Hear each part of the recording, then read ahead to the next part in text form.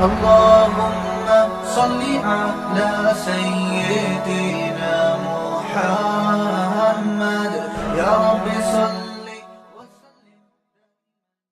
بسم اللہ الرحمن الرحیم نحمدہ ونصلی علی رسولہ الکریم. آج انشاءاللہ میں 27ویں پارے کا دوسرا رکوع اور سورہ زاریات کا تیسرا رکوع انشاءاللہ میں شروع کروں گا حسب معمول، مختصر لفظی ترجمہ، مختصر گرامر کے ساتھ، پھر انشاءاللہ اس کی تفسیر ہوگی. اعوذ باللہ من الشیطان الرجیم، بسم اللہ الرحمن الرحیم. والسماء بنیناها بأید وإنا لموسعون. اور آسمان بنایا ہم نے اس کو بأیدن، ید کی جمع ایدی آتی ہے، یعنی ہاتھوں سے بنایا، یہ کنایا ہے قوت سے، یعنی بہت مضبوطی سے ہم نے آسمانوں کو بنایا ہے. وَإِنَّا لَمُوسِعُونَ، اور ہم وسعت دینے والے ہیں. اس کا ترجمہ اس سے بھی کیا گیا کہ وسیع القدرت ہے، یعنی ہماری قدرت بہت وسیع ہے. اور یہ بھی ترجمہ کیا گیا ہم کائنات میں وسعت دینے والے ہیں یا آسمانوں میں وسعت دینے والے ہیں. وَالْأَرْضَ فَرَشْنَاهَا، اور زمین بچھا دیا ہم نے اس کو. فَنِعْمَ الْمَاهِدُونَ، یہ نعمہ افعال تعجب میں سے ہے. نحن یہاں محذوف ہے. فَنِعْمَ الْمَاهِدُونَ نحن، پس کیا خوب بچھونا بنانے والے ہیں ہم. مہد کہتے ہیں بچھونے کو، جو ماں بچے کے لیے نہیں مہد بناتی، جس میں تمام ضرورت کا سامان، ٹیمپریچر وغیرہ کا خیال، ہر چیز ہوتی ہے اس میں. تو کیا ہی خوب بچھونا بنانے والے ہیں یا بچھانے والے ہیں اس زمین کو ہم، یعنی کتنا اچھا ہم نے انسانوں کے لیے اس کو بچھونا بنایا ہے، بستر بنایا ہے. وَمِن كُلِّ شَيْءٍ خَلَقْنَا زَوْجَيْنِ، اور ہر چیز میں ہم نے جوڑے جوڑے پیدا کیے. لَعَلَّكُمْ تَذَكَّرُونَ، تاکہ تمہیں نصیحت حاصل ہو. فَفِرُّوا إِلَى اللَّهِ، فَرَّ يَفِرُّ فَرَارًا، فرار کرنا، دوڑنا، کہتے ہیں نا مفرور ہے. فا الگ ہے، فرو الگ ہے. اصل میں تھا تفریرو، تضریبو کے وزن پر، تو امر آتا ہے فرو، حرف عطین کو حذف کر دیتے ہیں، تو تفریرونا تھا اصل میں. فَفِرُّوا إِلَى اللَّهِ، پس دوڑو تم اللہ کی طرف. إِنِّي لَكُمْ مِنْهُ نَذِيرٌ مُبِينٌ، بے شک میں ہوں تمہارے لیے اس اللہ کی طرف سے واضح ڈرانے والا. وَلَا تَجْعَلُوا مَعَ اللَّهِ إِلَٰهًا آخر، اور مت ٹھہراؤ اللہ کے ساتھ کسی دوسرے کو معبود. اللہ کے ساتھ کسی دوسرے کو معبود مت بناؤ. إِنِّي لَكُمْ مِنْهُ نَذِيرٌ مُبِينٌ، میں ہوں تمہارے لیے اللہ کی طرف سے کھلا ڈرانے والا. كَذَلِكَ مَا أَتَى الَّذِينَ مِن قَبْلِهِم مِّن رَّسُولٍ، اسی طرح نہیں آیا ان لوگوں کے پاس جو ان سے پہلے گزر چکے ہیں. کون نہیں آیا؟ مِن رسول، کوئی بھی رسول. الا، مگر یہ کہ قالوا، ان سب نے کہا، ساحر، کہ یہ رسول یعنی ھذا ساحر، کہ یہ رسول جادوگر ہے. او مجنون، یا کہا کہ مجنون ہے. یہ نہیں کہ انہوں نے کہا کہ جادوگر ہے یا مجنون ہے، بلکہ قرآن کا مطلب یہ کہ کسی نے کہا جادوگر ہے یا کسی نے کہا کہ مجنون ہے. تو جب بھی کوئی پیغمبر پچھلی امتوں میں آئے ہیں، اللہ تعالیٰ فرماتے ہیں کہ ہر پیغمبر کے بارے میں لوگوں نے یہی کہا کہ جادوگر ہے، یا کسی نے کہا کہ یہ مجنون ہے. اتواصوا بی، وصیت، وصا یوسی، یسی پڑھا جاتا ہے. اوصا یوسی ایصاءً، اس کا معنی ہوتا ہے وصیت کرنا، باب افعال استعمال ہوتا ہے اوصا یوسی. اور وصا یوصی توصیتاً بھی استعمال ہوتا ہے باب تفعیل سے، اور باب تفاعل میں ایک دوسرے کو وصیت کرنا. تواصیا یا تواصیو، اصل میں تھا تواصوا، پڑھا جاتا ہے تواصیا، پھر پڑھا جاتا ہے تواسی.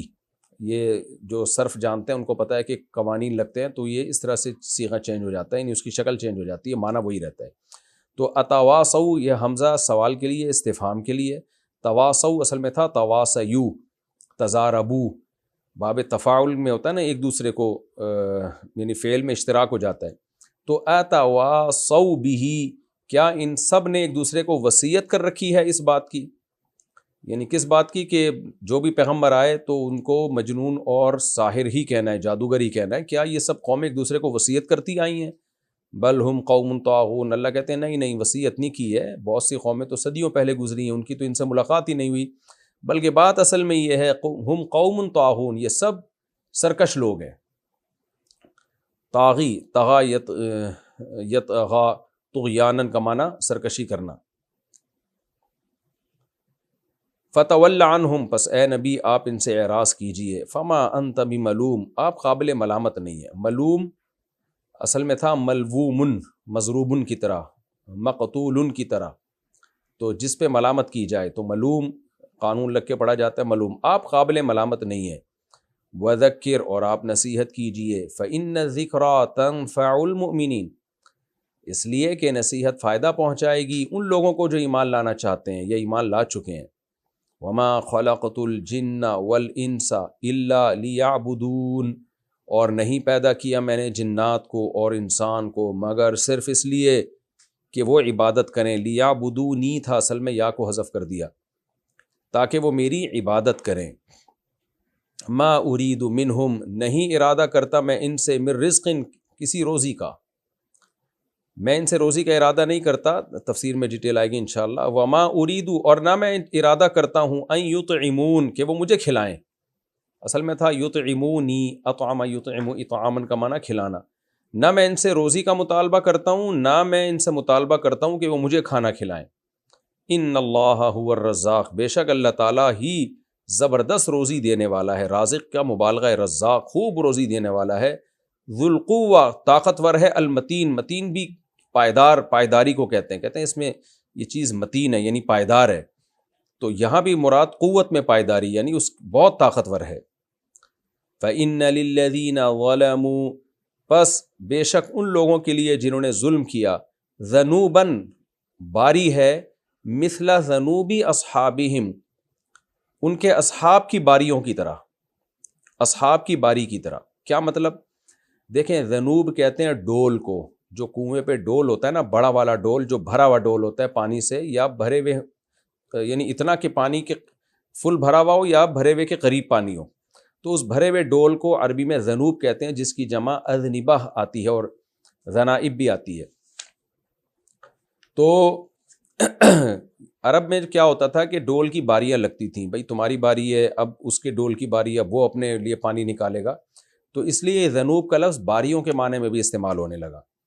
تو اب اللہ تعالیٰ فرماتے ہیں کہ جو ظالم لوگ ہیں ان کی بھی اسی طرح باری آنے والی ہے جس طرح ان جیسوں کی باری آئی، صاحب جیسے کو بھی کہتے ہیں، انہی کے ساتھیوں نے جو کیا نا، مراد پچھلی امتیں ہیں، کہ پچھلی امتوں نے انکار کیا، وہ تباہ ہوئیں، تو اب اے نبی آپ کے دور میں جو ظالم ہیں مشرکین مکہ ہیں، اب ان کی بھی باری ہے، پچھلے لوگوں کی باری، ان کی بھی باریاں آئیں اور قوموں کو تباہ کیا، اب ان کا نمبر ہے۔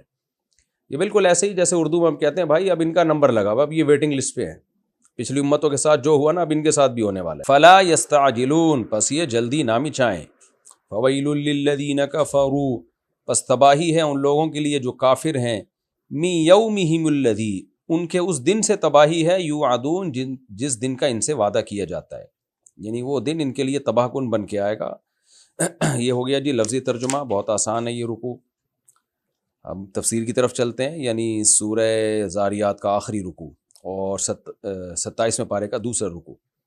اللہ تعالیٰ اپنی قدرت بیان کرتے ہیں کہ جو لوگ کہتے ہیں موت کے بعد زندگی نہیں ہے، اللہ کہتے ہیں ہماری قدرت اور طاقت دیکھو، وَالسَّمَاءَ بَنَيْنَاهَا بِأَيْدٍ، آسمان کو دیکھو ہم نے بنایا ہے اس کو کیسی مضبوطی کے ساتھ، وَإِنَّا لَمُوسِعُونَ، اور ہم وسیع القدرت ہیں یا ہم وسعت دینے والے ہیں۔ تو وسعت دینے کا مطلب کیا ہوگا کہ جو پھر بگ بینگ تھیوری جو ہے وہ ثابت ہو جاتی ہے اس سے، یعنی قرآن نے گویا اس طرف اشارہ کر دیا کہ اللہ تعالیٰ کائنات کو وسعت دیتے چلے جا رہے ہیں۔ واللہ اعلم۔ والارض فرشناها، اور زمین کو ہم نے بچھایا، فنعم الماہدون، کیا ہی خوب بچھانے والے ہیں، یعنی کیا زبردست زمین کو انسان کے لیے بچھا دیا گیا ہے۔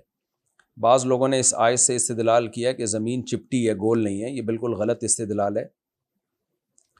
زمین کا چپٹا ہونا اس سے ثابت نہیں ہوتا، کیونکہ ہمارے لیے تو یہ زمین بچھی ہوئی ہی ہے، ہم تو زمین پہ ایسے ہی چلتے ہیں جیسے کسی چیز کو بچھا دیا گیا ہو، تو ہمارے لحاظ سے یہ کہا گیا ہے کہ ہمارے لیے تو پلین ہی ہے نا یہ، اور ہم خود بھی تو چیزیں بنا رہے ہوتے ہیں کہ یار بالکل پلین فرش بنانا، تو پلین کا مطلب کیا ہوتا ہے کہ ہمارے لحاظ سے جو پلین ہو، باقی زمین کا گول ہونا اور بچھا ہوا ہونا ایک دوسرے کے منافی نہیں ہے۔ فنعم الماہدون، کیا ہی خوب، تبھی جب بھی یعنی جب مسلم سائنسدانوں نے یہ بات کی نا کہ سورج اس طرح سے حرکت کرتا ہے، اور یہ بات تو بہت پہلے دریافت ہو چکی تھی کہ زمین گول ہے، بعض چیزیں گورے اپنے کھاتے میں ڈال لیتے ہیں، حالانکہ وہ بہت پہلے دریافت ہو چکی تھی، ہم مان لیتے ہیں کہ چلو گوروں نے یہ ہمیں بتایا کہ زمین گول ہے، تو بھی کسی مسلم اسکالر نے، مسلم سائنٹسٹ نے اس کا انکار نہیں کیا۔ اس کی وجہ یہی تھی کہ یہ چیز قرآن کے منافی نہیں ہے، قرآن کے اگینسٹ نہیں ہے۔ بہت سی چیزوں میں قرآن ہمیں، کیونکہ قرآن کا ٹاپک سائنس بہرحال نہیں ہے، کچھ اشارے تو ہیں سائنسی، اور قرآن کی مضامین سائنسی حقائق کے خلاف نہیں ہیں، یہ بات تو درست ہے، لیکن قرآن کا ٹاپک بہرحال سائنس نہیں ہے۔ تو قرآن ہمیں اس حد تک سائنسی معلومات دیتا ہے جو اللہ کو سمجھنے کے لیے ضروری ہیں، باقی پھر ہمیں غور و فکر کا حکم دیتا ہے کہ بھئی اس کائنات کی وسعتوں میں تم غور کرو، اور سنوریہم آیاتنا فی الآفاق وفی انفسہم، فرمایا کہ ہم اپنی نشانیاں ان کو دکھاتے رہیں گے، یعنی کائنات کی وسعتوں میں جو اللہ کی قدرت کی پھیلی ہوئی نشانیاں ہیں وہ قیامت تک انسان دیکھتا رہے گا اور اس کے سامنے حق واضح ہوتا رہے گا۔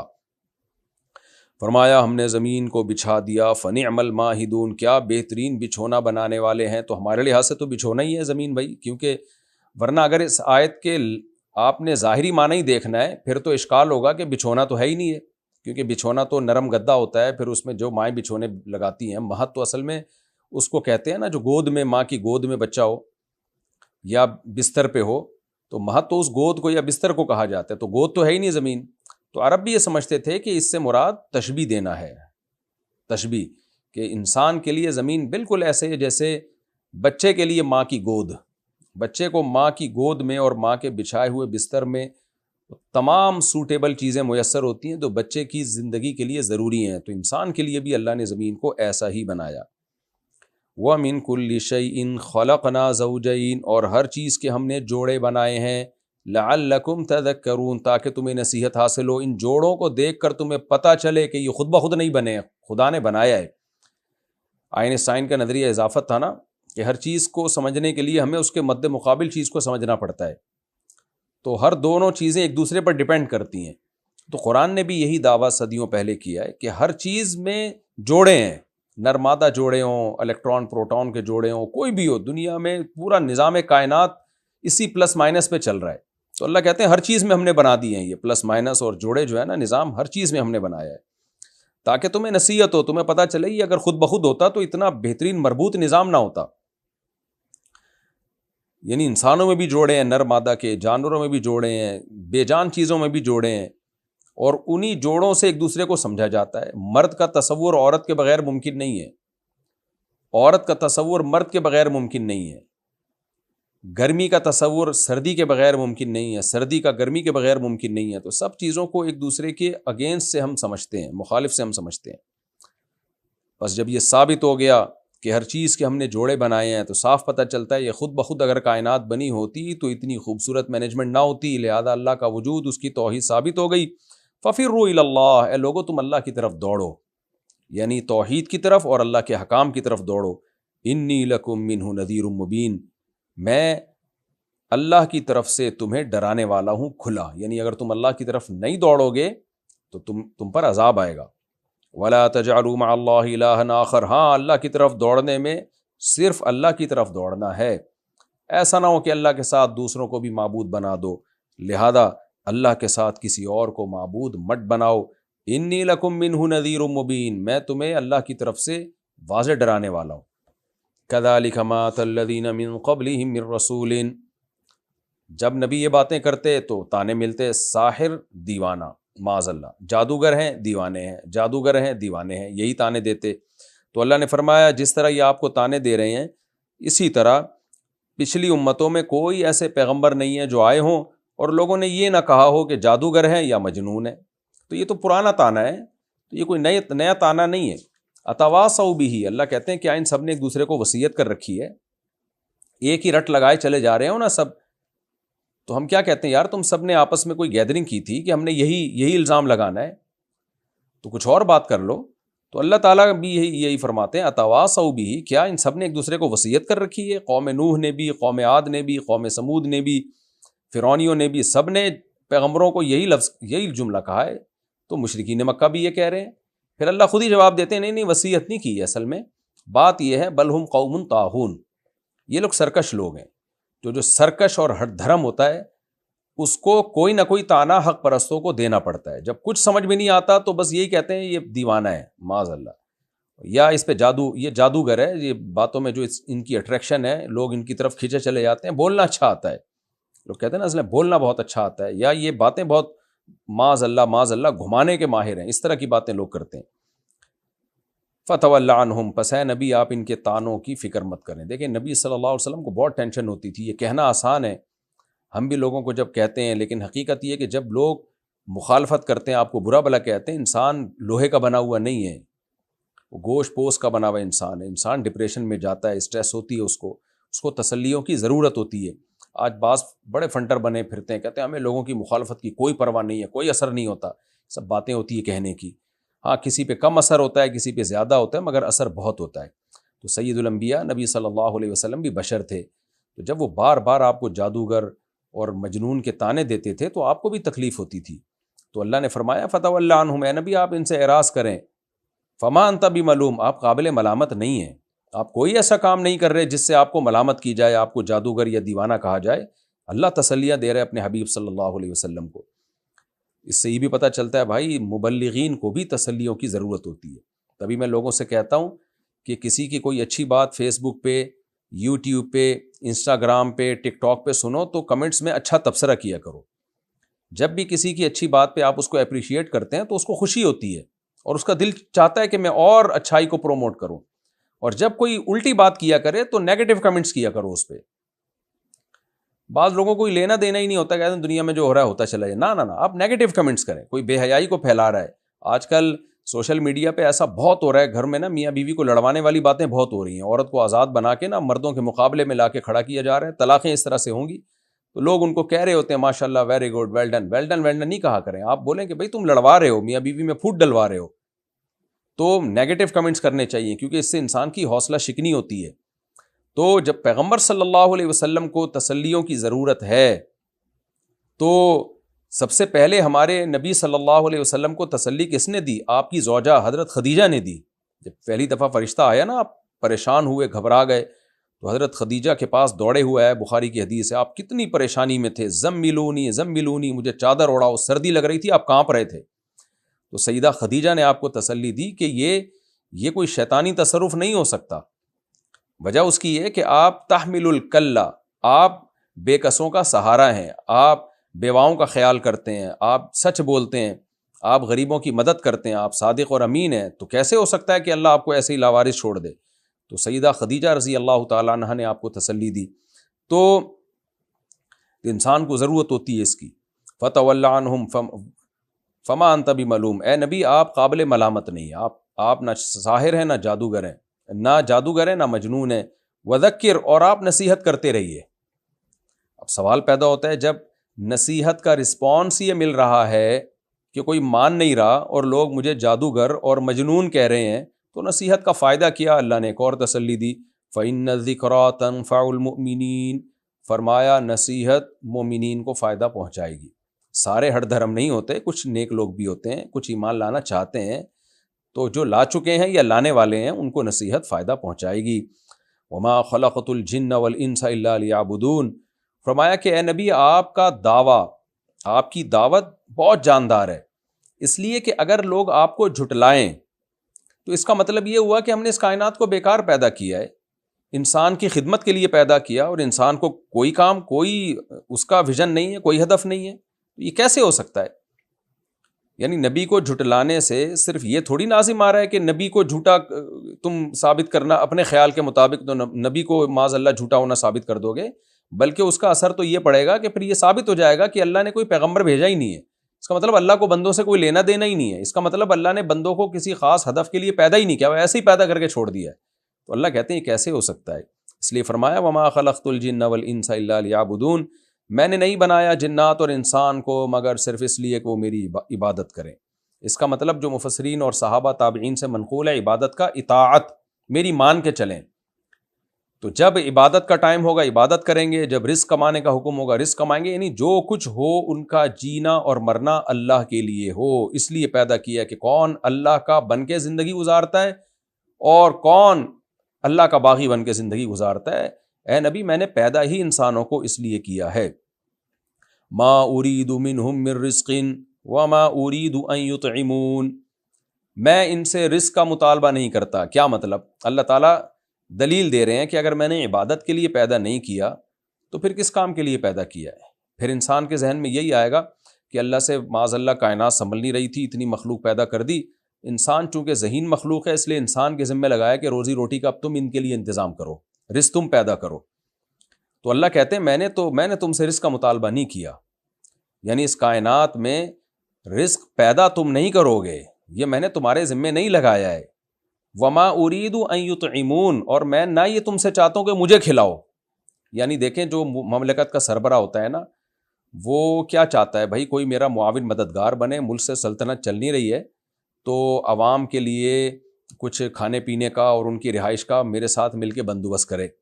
بادشاہ کو یا تو عوام سے یہ مطالبہ ہوتا ہے کہ بھئی تم ہمارے وزیر بن جاؤ، یا بادشاہ کا مطالبہ یہ ہوتا ہے کہ میں خود، میری حالت پتلی ہو رہی ہے، میرے پاس خود کھانے کو نہیں ہے اور میری ضرورتیں پوری نہیں ہو رہی تو میری ضرورتیں پوری کرو. تو جب بادشاہ کے یہ دونوں مطلب نہ ہوں تو پھر کوئی تیسرا مطلب ہوتا ہے. تو اللہ کہتے ہیں کہ میں عام بادشاہوں کی طرح تو ہوں نہیں کہ میرے لیے کائنات میں رزق کا پیدا کرنا مشکل ہو گیا تو میں تم سے کہہ رہا ہوں کہ بھئی اس کائنات کو چلانے کے لیے روزی روٹی کا انتظام تم کرو. یہ روزی روٹی اصل میں کنایا ہے، یعنی کائنات کی ہر ضرورت کو تم پورا کرو. یہ میں نے تمہارے ذمہ نہیں لگایا، اور نہ یہ لگایا کہ تم مجھے کھلاؤ کیونکہ مجھے تو ضرورت ہی نہیں ہے کھانے کی. تو اس کا مطلب کیا ہوا؟ میں نے تمہارے ذمہ کوئی اور کام لگایا ہے، وہ ہے عبادت، وہ ہے میری اطاعت. باقی جو ہمارے ذمہ بچوں کو، بیوی بچوں کی روزی روٹی ہے وہ ایک الگ چیز ہے. ایک ہے انفاق، رزق کمانا اور خرچ کرنا، وہ تو یقیناً ہمارے ذمہ ہے، شریعت نے لگایا. ایک ہے رزق کا پیدا کرنا، وہ ہمارے ذمہ نہیں ہے اور نہ ہماری طاقت میں، رزق اللہ پیدا کرتا ہے. تو اللہ کہتے ہیں جب وہ میں پیدا کر رہا ہوں تو تمہیں پھر کسی اور کام کے لیے میں نے پیدا کیا ہے، وہ ہے میری اطاعت اور فرما برداری. یہ مطلب ہے اس آیت کا. فرمایا ان اللہ هو الرزاق، اللہ تو خود روزی دینے والا ہے، ذو القوۃ المتین، انتہائی طاقتور ہے. تو جو انتہائی طاقتور ہوتا ہے اس کو انسانوں کی ضرورت نہیں ہوتی. تو اس لیے مجھے تمہاری ضرورت نہیں ہے، اس لیے میں جو کہہ رہا ہوں کہ تم میری عبادت کرو یہ تمہارے فائدے کے لیے کہہ رہا ہوں، اور اس کے علاوہ میں نے تمہارے ذمہ کوئی کام نہیں لگایا. لہذا اگر ہم رزق بھی کماتے ہیں تو وہ بطور عبادت کے کماتے ہیں. اکثر نوٹوں پہ لکھا ہوتا تھا نا، حصول رزق حلال عین عبادت ہے. تو مسلمان جب روزی روٹی کماتا ہے تو وہ بھی عبادت سمجھ کے، اللہ کا حکم سمجھ کے. تو خلاصہ یہ نکلا کہ تمہارا مقصد ہے اللہ کے احکام کو پورا کرنا. فَإِنَّ لِلَّذِينَ ظَلَمُوا ذَنُوبًا مِثْلَ ذَنُوبِ أَصْحَابِهِمْ، اللہ تعالیٰ فرماتے ہیں پس جب ہم نے انسانوں کو عبادت کے لیے پیدا کیا، اطاعت کے لیے، تو جو عبادت سے جان چھڑا رہے ہیں اور دنیا پرستی میں ہی لگے ہوئے ہیں، ایسے ظالموں کے لیے وہی باری آنے والی ہے، ایسے ظالموں کی جو ان سے پہلے اصحاب کی باری تھی. ان سے پہلے جو قومیں گزری ہیں نا، اصحاب کا مطلب انہی جیسی تھیں، اس لیے ان کو ان کا ساتھی کہا گیا. فلا یستعجلون، پس یہ لوگ عذاب میں جلدی نہ کریں. یستعجلونی، یہاں بھی یا محذوف ہے، یعنی مجھ سے عذاب میں جلدی نہ کریں، اپنے ٹائم پہ آ جائے گا عذاب بھی، چاہے دنیا میں آئے چاہے آخرت میں آئے. فویل للذین کفروا، پس تباہی ہے ان لوگوں کے لیے جو کافر ہیں، من یومہم الذی یوعدون، اس دن سے تباہی ہے جس دن کا ان سے وعدہ کیا جاتا ہے، یعنی وہ تباہ کن دن ہوگا ان کے لیے. یہ بھی رکوع الحمدللہ ہمارا مکمل ہو گیا. اب ہم اگلی سورت کی طرف چلتے ہیں، سورہ طور. سورہ طور کا رکوع نمبر 1 اور 27ویں پارے کا رکوع نمبر 3. 27ویں پارے کا تیسرا رکوع اور سورہ طور کا پہلا رکوع میں شروع کرتا ہوں. حسب معمول مختصر لفظی ترجمہ ہوگا، مختصر گرامر کے ساتھ، پھر انشاءاللہ اس کی تفسیر ہوگی. اور آپ دیکھ رہے ہیں یہ صورتیں بہت آسان ہیں، ان کا ترجمہ یاد کرنا بھی آپ کے لیے آسان، اور ترجمہ ہی تفسیر بھی ہے ان کی. تو یہ بہت آپ کو انشاءاللہ اس میں آسانی ہوگی. اور اب ہماری اسپیڈ بھی بڑھ گئی ہے کافی، اور انشاءاللہ ہمیں امید ہے کہ ہم بہت جلد اختتام کی طرف پہنچیں گے. اللہ تعالیٰ قبول فرمائے. وَالطُّورِ وَكِتَابٍ مَّسْطُورٍ، قسم ہے طور کی. طور پہاڑ کو کہتے ہیں جو کوہ طور جہاں موسیٰ علیہ السلام کو نبوت ملی تھی. قسم ہے طور پہاڑ کی. وَكِتَابٍ مَّسْطُورٍ، اور اس کتاب کی جو لکھی ہوئی ہے. سطر یسطر کا معنی لکھنا، سطر لائن کو کہتے ہیں نا، لکھی ہوئی لائن کو. مستور جو لکھی ہوئی ہے. فی رق منشور، اس کاغذ میں جو پھیلا ہوا ہے. رق چمڑے کا ٹکڑا یا کوئی بھی کاغذ جس پہ کوئی چیز لکھی جاتی ہے. رقیق کا لفظ آپ نے سنا ہوگا نا، پتلی چیز کو کہا جاتا ہے رقیق. رقت قلب کہتے ہیں، رقت طاری ہو گئی یعنی دل نرم ہو گیا اور رونے لگے. تو یہ سب ایک ہی معنی میں. منشور پھیلا ہوا، نشر ینشر کا معنی پھیلانا، یعنی یہ کتاب جو لکھی ہوئی ہے پھیلے ہوئے کاغذ میں، اس کتاب کی قسم، مراد اس سے لوح محفوظ ہے، والبیت المعمور، اور آباد گھر کی قسم، عمر یعمرو کا معنی آباد کرنا، عامر آباد کرنے والا، معمور جو آباد ہوئی بھی چیز ہو اس کو کہا جاتا ہے، والسقف المرفوع، اور اس چھت کی قسم جو بلند ہے یعنی آسمان، والبحر المسجور، مسجور کا مطلب ہوتا ہے ممتلئ یعنی بھرا ہوا، تو وہ بھرا ہوا جو بھر کے بہنا شروع ہو جائے، تو والبحر المسجور بھرے ہوئے سمندر کی، یعنی جوش مارتا ہوا سمندر، جو فل لوڈ سمندر ہوتا ہے نا، سمندر ایسے ہی ہوتے ہیں، پانی خوب اس میں ہوتا ہے اور لہریں کیسے باہر کو آ رہی ہوتی ہیں۔ ان عذاب ربک لواقع، یہ تمام قسمیں اٹھا کے اللہ کہتے ہیں بے شک تیرے رب کا عذاب واقع ہو کر رہے گا، ما لہ من دافع، کوئی نہیں ہے اس کو دور کرنے والا۔ یہ کب ہوگا؟ یوم تمور السماء مورا، مارا یمورو کپ کپانا، جس دن آسمان تھر تھرائے گا، مورن تھر تھرانا یعنی خوب تھر تھرائے گا، وَتَسِيرُ الْجِبَالُ سَيْرًا، اور پہاڑ چلنے لگیں گے چلنا یعنی اپنی جگہ سے ہل جائیں گے، فَوَيْلٌ يَوْمَئِذٍ لِّلْمُكَذِّبِينَ، بس تباہی ہے جس دن ایسا ہوگا، یومئذ کا مطلب کئی دفعہ بتا چکا ہوں، یومئذ کان کذا، جس دن ایسا ہوگا اس دن تباہی ہے جھٹلانے والوں کے لیے، الذین هم فی خوض، جو پڑے ہوئے ہیں خوض میں، یعنی جو خوض میں ہیں، خوض کا مطلب بحث میں پڑے ہوئے ہیں، یلعبون، اور کھیل تماشوں میں لگے ہوئے ہیں، یعنی بیکار بحث میں اور کھیل تماشوں میں لگے ہوئے ہیں، یعنی غور و فکر کرنے کے لیے تیار نہیں ہے۔ یوم یدعون، دعا یدعو کا معنی دھکے دینا، ارائیت الذی میں آتا ہے نا یدعو الیتیم، یا یتیم کو دھکے دیتا ہے، تو یوم یدعون، یہ وہ دن ہوگا جس دن ان کو دھکے دیے جائیں گے، الی نار جہنم، جہنم کی آگ کی طرف، دعا دھکے دینا یعنی خوب دھکے دے کر ان کو لے جایا جائے گا، ہذہ النار، یہ ہے وہ آگ، اللہ بچائے ہم سب کو بھائی، یہ ہے وہ آگ، التی کنتم بہا تکذبون، جس کا تم انکار کیا کرتے تھے، فسحر ھذا، آ کا مطلب کیا، فا کا مطلب تو کیا یہ جادو ہے؟ اللہ آگ کے سامنے کھڑے کر کے کہیں گے بتاؤ کیا یہ جادو ہے؟ ام انتم لا تبصرون، یا تم دیکھ ہی نہیں رہے ہو، یا تم نہیں دیکھا کرتے تھے، یعنی تم اندھے تھے، یا اب بتاؤ کہ یہ جادو ہے۔ اصلوہا، داخل ہو جاؤ اس میں، صلا یسلی کا معنی آگ میں داخل ہونا، داخل ہو جاؤ اس آگ میں، فصبروا او لا تصبروا، صبر کرو یا تم نہ صبر کرو، سواء علیکم، یہ دونوں چیزیں تم پر برابر ہیں، انما تجزون، بے شک تمہیں بدلہ دیا جا رہا ہے، ما ان اعمال کا، کنتم تعملون، جو تم کیا کرتے تھے، ان المتقین فی جنات و نعیم، کیسے ہو سکتا ہے کہ جہنم کا تذکرہ ہو اور اللہ جنت کی نعمتوں کا تذکرہ نہ کریں؟ بے شک پرہیزگار لوگ باغات میں ہوں گے، و نعیم، اور عیش میں ہوں گے، فاکہین، لذت اٹھا رہے ہوں گے، فاکہین فقیہ یفقہ، تلذذ حاصل کرنا، لذت حاصل کرنا، فاکہہ کو عربی میں پھل کو فاکہہ کہتے ہیں کیونکہ انسان لذت کے لیے کھاتا ہے اکثر پھل، فاکہین بما آتاہم ربہم، لذت اٹھا رہے ہوں گے ان نعمتوں سے جو ان کے رب نے ان کو دی ہوں گی، ووقاہم، وقا یقی اصل میں تھا وقایا یوقیو، بچانا، اور بچائے گا ان کو ان کا رب عذاب الجحیم، جہنم کی عذاب سے، کلو وشربو، کھاؤ اور پیو، ہنیئن، رج کے، بما کنتم تعملون، ان اعمال کے بدلے میں جو تم دنیا میں کیا کرتے تھے، متکئین علی سرر مصفوفۃ، تکیہ لگائے ہوئے ہوں گے ایسے تختوں پر، سریر تخت کو بولتے ہیں نا جس میں بادشاہ لوگ بیٹھا کرتے ہیں، سرور اس کی جمع، مصفوفہ، صفہ یا صفو کا معنی صف بنانا، اور مصفوفہ جو جس کی صف بنائی گئی ہو، یعنی لائن سے لگے ہوئے تخت ہوں گے جن پہ یہ تکیہ لگا کے بیٹھے ہوئے ہوں گے، وزوجناہم، اور ہم ان کا نکاح کرائیں گے، ان کا جوڑا بنائیں گے، بحور عین، سفید اور بڑی آنکھوں والی حوروں کے ساتھ، حور حورا کی جمع ہے، حورا عربی میں کہتے ہیں سفید رنگت والی، اور حور اس کی جمع آتی ہے، اور عینہ بڑی آنکھوں والی، عین اس کی جمع آتی ہے، یعنی بڑی بڑی آنکھوں والی سفید رنگت والی گوری عورتوں کے ساتھ ہم ان کا نکاح کریں گے، والذین آمنوا، اور وہ لوگ جو ایمان لائے، واتبعتہم ذریتہم، اور ان کی اتباع کی ان کی ذریت نے، بھی ایمان میں، یعنی ان کی اولاد بھی مومن ہوئی.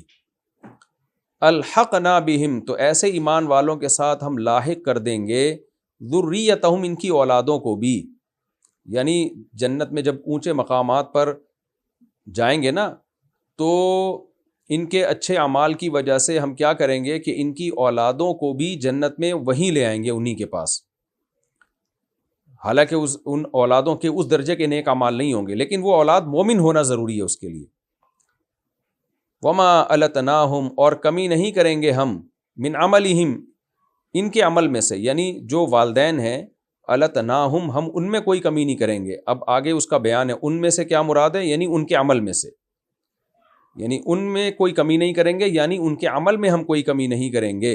یعنی ایسا نہیں ہوگا کہ اوپر والوں کی نیکیاں نیچے والے کو دے کے ان کو دونوں کو برابر کر دیا جائے، ایسا نہیں ہوگا. یعنی بڑوں کی جو نیکیاں وہ پوری پوری اس کا بدلہ ان کو ملے گا. من شیء، ذرا بھی کمی نہیں کریں گے.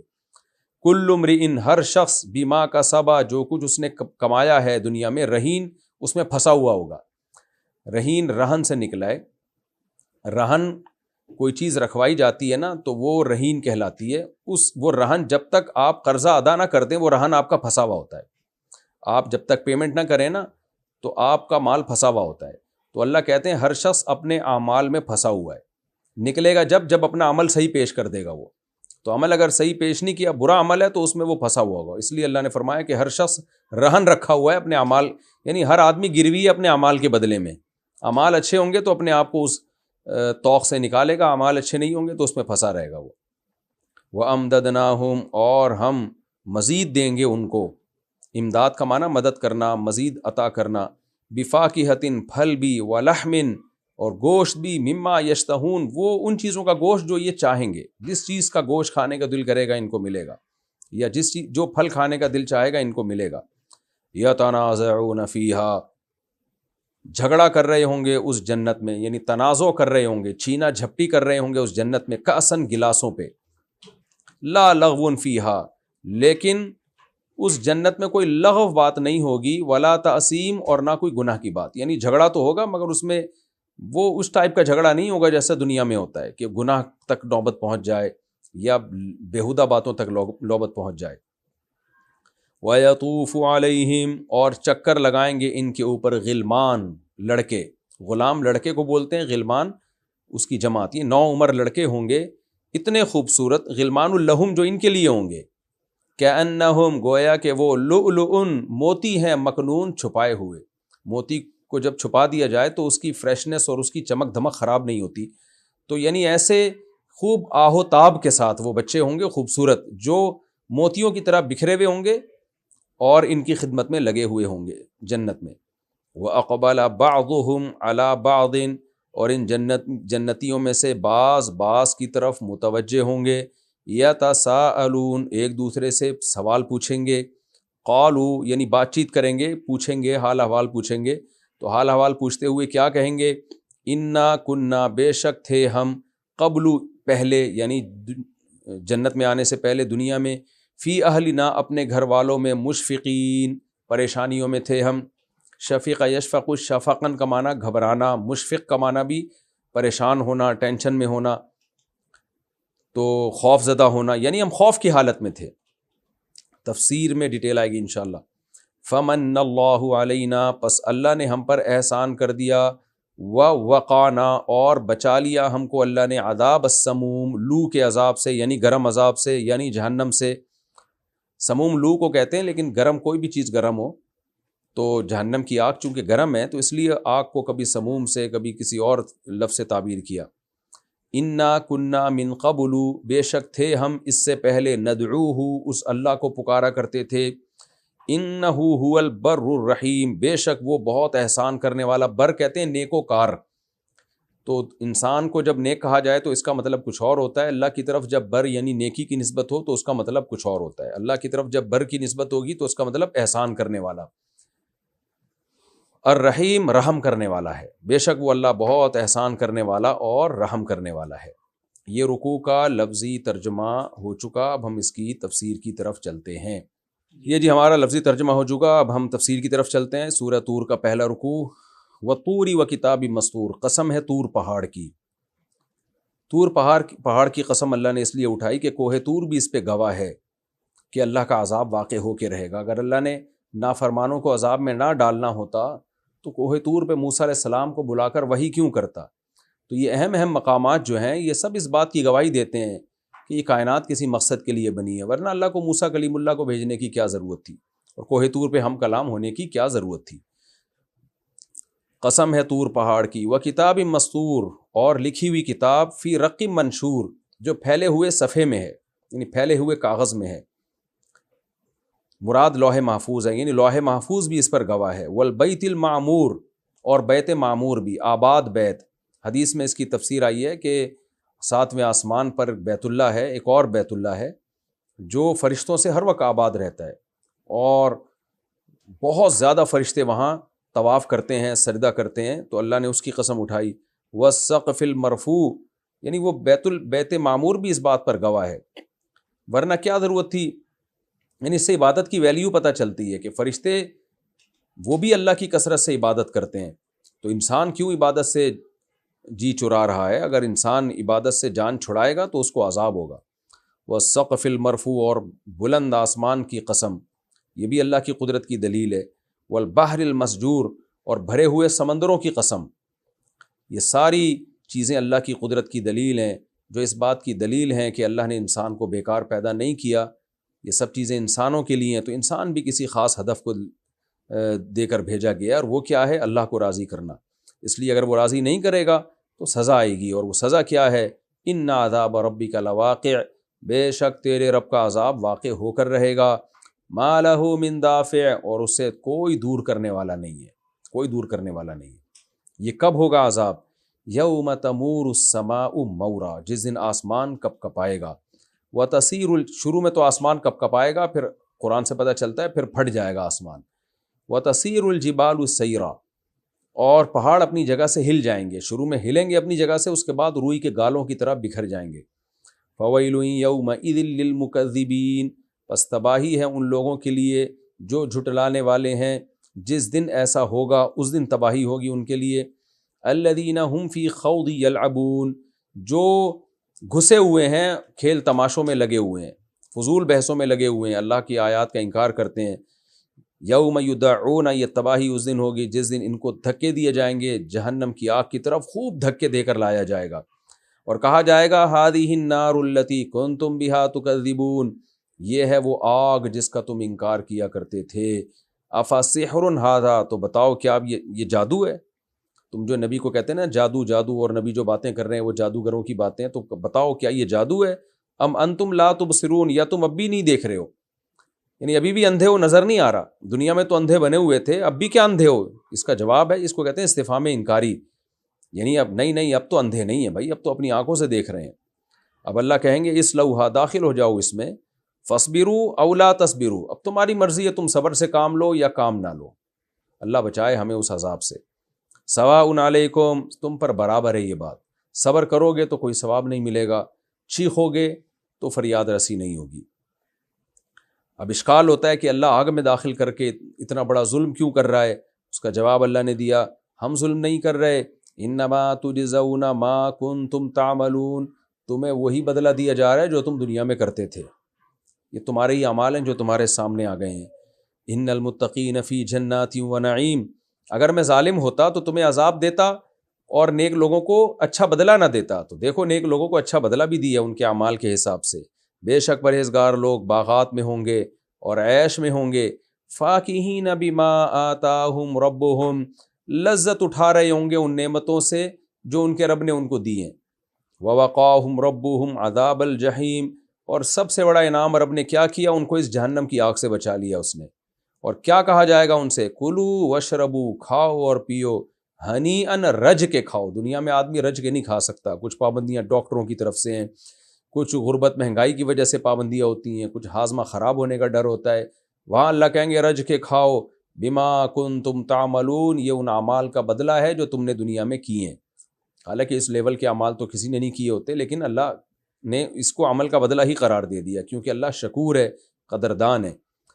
متکئین علی سرر، تختوں پہ بیٹھے ہوئے ہوں گے، مصفوفۃ، صف بستہ تختوں پہ، وزوجناہم بحور عین، اور ہم ان کا نکاح کرائیں گے ایسی خوبصورت عورتوں کے ساتھ جو سفید رنگت والی اور بڑی آنکھوں والی ہوں گی. والذین آمنوا، اور وہ لوگ جو ایمان لائے. اب دیکھیں انسان کی خواہش ہوتی ہے اپنے اہل و عیال کے ساتھ رہنا. آپ نے دیکھا ہوگا نا کمپنیاں جب باہر کا ویزا دیتی ہیں تو فیملی کو بھی ساتھ میں غریبی میں ویزا دے دیتی ہیں. آپ جب دنیا سے چلے جاتے ہیں، گورنمنٹ کے امپلائی ہیں آپ، تو آپ کی بیوہ کے لیے بھی گورنمنٹ کی طرف سے پینشن جاری ہوتی ہے. تو یہ کیا بات ہے کہ دنیا کی حکومتیں، دنیا کی کمپنیاں آپ کی وجہ سے آپ کے بیوی بچوں کو بھی پروٹوکول دیں، اور اللہ آپ کی وجہ سے آپ کے بیوی بچوں کو پروٹوکول نہ دے، تو یہ کیسے ہو سکتا ہے؟ تو اس لیے اللہ نے فرمایا کہ جو لوگ ایمان لائے اور ان کی اولادوں نے اپنے باپ دادا کو فالو کیا ایمان میں، یعنی وہ بھی ایمان پر قائم رہے، مرتد نہیں ہوئے، کیونکہ اگر کوئی بچہ کافر ہو گیا اس کے لیے پھر کوئی ٹھکانہ نہیں ہے. تو الحقنا بہم ذریتہم، ہم ان پہلوں کے ساتھ لاحق کر دیں گے ان کی اولادوں کو بھی. انسان چاہتا ہے کہ میں اپنے بیوی بچوں کے ساتھ رہوں، تو اللہ کہتا ہے تمہارے بچے بھی تمہارے، دوسری روایت سے ازواج کا بھی پتہ چلتا ہے ہمیں، وہ بھی تمہارے ساتھ ہی آ جائیں گے اوپر، اور ان کے اس درجے کے اعمال نہیں ہوں گے، لیکن تمہاری وجہ سے اللہ ان کو بھی تمہارے ہی ساتھ رکھ دیں گے. اب ایک اشکال ہوتا ہے کہ اچھا بھائی ان کو ہمارے ساتھ کر دیا تو اس کا مطلب ہماری، جیسے دنیا میں یہ ہوتا ہے کہ بھئی آپ کے مرنے کے بعد آپ کے بیوی بچوں کو اتنی پینشن ملے گی جو آپ کی تنخواہ سے ہم کاٹیں گے. تو اللہ کہتے ہیں نہیں، تمہاری تنخواہ سے کچھ کٹوتی نہیں ہوگی، تمہاری جو نیکیاں ہیں اس میں کوئی کمی نہیں ہوگی. وما التناہم، اور جو ایمان والے ہیں، جو والدین تھے، ان میں ہم کوئی کمی نہیں کریں گے، یعنی ان کے عمل میں ہم کوئی کمی نہیں کریں گے، ان کو پورا پورا بدلہ ملے گا. یہ جو ماتحتوں کو اوپر والی جنت مل رہی ہے یہ غریبی میں مل رہی ہے. کل امرئ بما کسب رہین، اور ہر شخص جو اس نے عمل کیا ہوگا اس میں پھنسا ہوا ہوگا. یعنی جو برے اعمال والے لوگ ہیں وہ تو اپنے برے عمل میں پھنسے ہوئے ہوں گے، اور کافر اور مشرک خاص طور پر ان کے لیے کوئی فریاد رسی نہیں ہے. یہ نعمت اور یہ پیکیج ایمان والوں کے لیے ہے. یہاں ایک اشکال ہوتا ہے کہ جب والدین کے ساتھ اولاد جنت میں ان کے ساتھ ہوگی تو پھر اولاد کی بھی تو آگے اولاد ہوگی تو وہ بھی جنت میں، پھر آگے اولاد کی اولاد اس اپنے ماں باپ کی وجہ سے، تو ساری دنیا کے سارے انسان، یہ ساری نسلیں تو پھر ایک ہی جنت میں آ جائیں گی. اس کا جواب یہ ہے کہ والدین کے تو اصل اعمال تھے جس کی وجہ سے ان کو اوپر کی جنت ملی، اور ان کے ماتحت جو اولاد تھی ان کو تابع بنا کر ملی. اب تابع کے تابع ان کے ساتھ نہیں ہوں گے، کیونکہ تابع کے جو تابع ہیں وہ اس لیے ساتھ نہیں ہوں گے کہ ان کے جو بڑے تھے ان کی نیکیاں اس قابل تھوڑی تھیں. اس کی مثال ایسے ہے کہ جیسے آپ کے والد کی ڈیتھ ہو جائے تو بیوہ کو پینشن ملتی ہے والد کی وجہ سے، یعنی آپ کی والدہ کو پینشن ملتی ہے، لیکن آگے والدہ کے ریلیٹو کو والدہ کی پینشن نہیں ملتی. پھر یعنی ریلیٹو کے ریلیٹو کو تھوڑی سہولتیں ملتی ہیں، آپ کے ریلیٹو کو ملتی ہیں کیونکہ وہ آپ کے ریلیٹو تھے، باقی ریلیٹو کے ریلیٹو کو پھر نہیں ملتی ہیں. تو اب جو والدین جنت میں جائیں گے اللہ ان کی وجہ سے ان کی اولاد کو تو لے جائے گا، اولاد کی اولاد کو نہیں لے کے جائے گا. اس کا قرآن میں کہیں تذکرہ نہیں ہے، کیونکہ اولاد کی اولاد جب جائے گی جب یہ اولاد خود اس جنت کے قابل ہو. اگر یہ اولاد اس جنت کے قابل تھی تو پھر یقیناً اس کی اولاد بھی ان کے ساتھ رہے گی. اور دوسری بات یہ کہ یہاں والدین کا تذکرہ نہیں ہے، لیکن روایات سے پتہ چلتا ہے کہ جہاں اولاد ہوگی وہاں والدین بھی ہوں گے، تو ہو سکتا ہے والدین کو بھی اللہ تعالیٰ اسی جنت میں ٹھکانہ دے.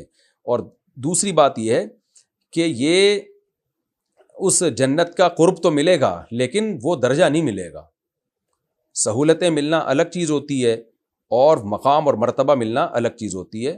تو جب والدین آپ کے جنت میں اعلیٰ مقام پر ہوں گے تو اللہ اولاد کو بھی اسی جنت میں لے کے جائے گا.